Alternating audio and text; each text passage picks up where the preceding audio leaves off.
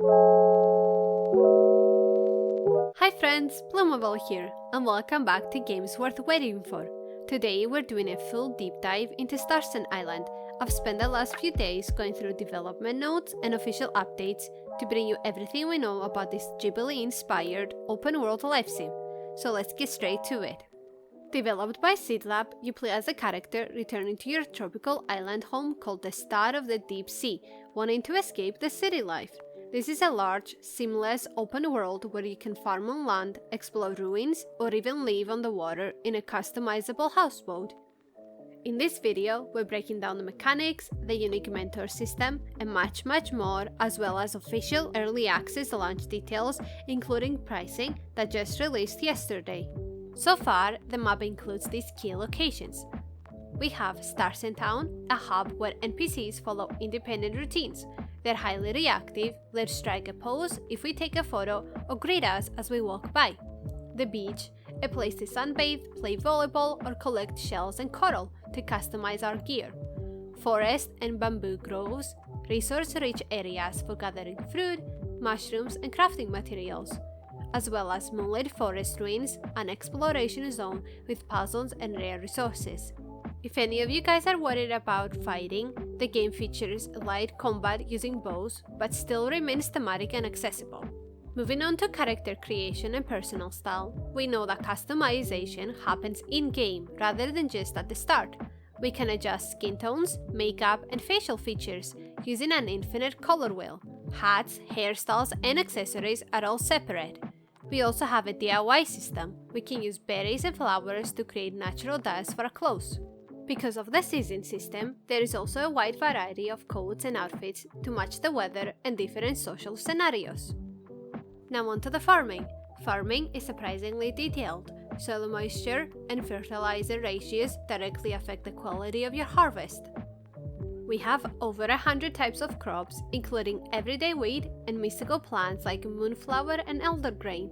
The game also features hybridization, so we can breed our own unique blossoms. Successful farming can result in giant crops, which provide a higher amount of produce for cooking or selling. What I'm most excited about is the giant crops that we can use as decoration, but also to craft furniture. The game also has an automation system, where as we progress, we unlock greenhouses, machines, and robot assistants. These are optional and designed to help with harvesting, logging, and mining, so we can focus on exploration. Now on to ranching and animals. Ranching focuses on building long-term bonds with animals of over 40 subspecies and color variant, of including cows and alpacas. Once we reach a high friendship level with animals, we can use them as ground mounts. This is earned through care rather than just buying a ride. Pets like cats, dogs, and capybaras can be adopted. Highly bonded animals may even help us clean our farm or give rare items like golden droppings. We could also breed our own animals. Now let's talk about NPCs, relationships, and romance. The game features over 15 interactable NPCs, including our childhood friend Solara and mentors like Pastel and Niona. The game also features tourists we can interact with. NPCs are infused with independent decision-making, emotions, and personal goals. They respond actively to their environment. Beyond standard chatting, we can ride bikes together, have sleepovers, or binge-watch TV. Key characters also have signature interactions, such as an islander who moonlights as a fortune teller, offering mystical readings with real-life advice. Relationships are built organically through daily chats and teamwork rather than just checklists. As bonds deepen, NPCs' dialogue and gestures evolve to show unique quirks. We can also customize how us and our friends address each other with unique nicknames. NPCs will even reach out to show care, ask for help, and offer emotional replies. Our bond directly impacts gameplay. Closer friends will pitch in more to help us collect resources and provide better rewards for completing jobs. At higher levels, NPCs can even move in with us and assist with farm chores. Currently, as of early access, affection is capped at 2 hearts, with 5 hearts planned for the full release. Now I want to talk about one of the most interesting systems in the game, the mentor system. Instead of a skill tree, we progress through 5 main professions: Farmer, Rancher, Angler, Explorer, and Manufacturer. Each has a dedicated mentor who provides tools and specific storylines. Our relationship with them can physically change the island. For example, helping Pastel can lead to a complete renovation of a ranch. I also love and appreciate how the developers have approached the task system. Seed Lab has been very transparent about this. The goal is to avoid the daily grind feeling that is most common in life sims. There are no compulsory tasks, no deadlines, and no punishment for ignoring objectives. We won't be blocked from progressing just because we didn't harvest a specific amount of crops on time. The game also uses a semi-guided system. This means we have career storylines to give us a sense of direction and help us unlock new gameplay features, but we decide when or if to finish them.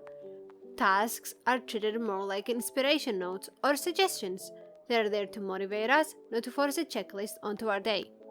We also have full control over the UI. We can turn task reminders on or off to match our own pace, ensuring the screen stays as clear and relaxing as we want it to be. Beyond the main professions, the island is packed with activities designed for pure relaxation.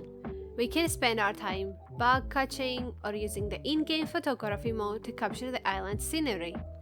Fishing isn't just a static minigame. The species we catch change based on the weather, our specific location on the island, the season, and even the time of the day. For a change of pace, we can head to the local spots to play poker, mahjong, or try the various arcade minigames. Now let's explore one of the biggest parts of the game: building. The building system in Starsand Island is designed for high flexibility, allowing you to move beyond basic farming into full estate management. We can purchase various plots of land to build houses, workshops, and processing stations. The system allows us to reconstruct the terrain itself, meaning we can dig out ponds or reshape the ground to fit our layout. Decoration is highly modular. We can freely place fences, flower beds, and scarecrows to design our outdoor space. For interiors, there are hundreds of furniture items across themes like classical, Chinese, seasonal, and modern.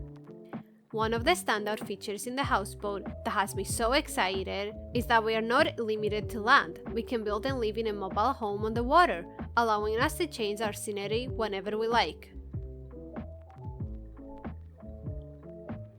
What I think is the coolest part of the game is that Starsand Island offers a massive variety of transportation to help us navigate its seamless open world.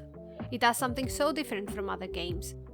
For example, for quick trips between the beach and town, we can use lightweight options like skateboards and retro e-bikes. As we progress, we unlock larger vehicles like cars, trucks, and even high-performance sports cars for faster travel across the island. The ocean is also a fully playable space. We can explore shallow sea areas with jet skis or use a yacht to invite friends out for a sail. Every vehicle is customizable. We can change their appearance using shells, corals, and special dyes we collect, and later in the game, we can even upgrade their functional performance. And as I mentioned before, we could also use animal mounts if you prefer a more natural pace. I know this part is gonna get a lot of fans excited as we have a crossover with my time at Porsche. Gus and Ginger, two fan favorite characters, will move to the island as permanent residents. The original voice actors are reprising their roles, and both characters come with their own unique storylines and friendship events. And now, after postponed and a long wait, what every one of us has been wanting to know for a long time is the early access release date.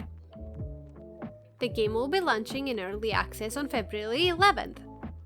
The developers are offering to us two different editions: Standard Edition at the price of $27.9, which includes the base game plus a Chinese New Year furniture set and a Neo-Chinese outfit, and also the Deluxe Edition at $41.9, which adds the classical furniture set, elegant formal outfit, and a pumpkin carriage.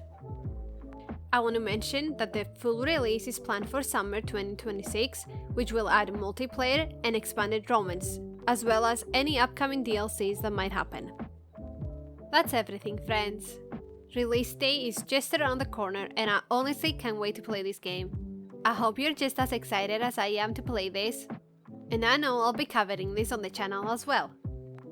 And if you liked today's video, don't forget to hit the like button. If you want to keep up with news and hear more about Starsand Island, don't forget to subscribe. And as always, stay curious, stay cozy, and keep exploring. Take care!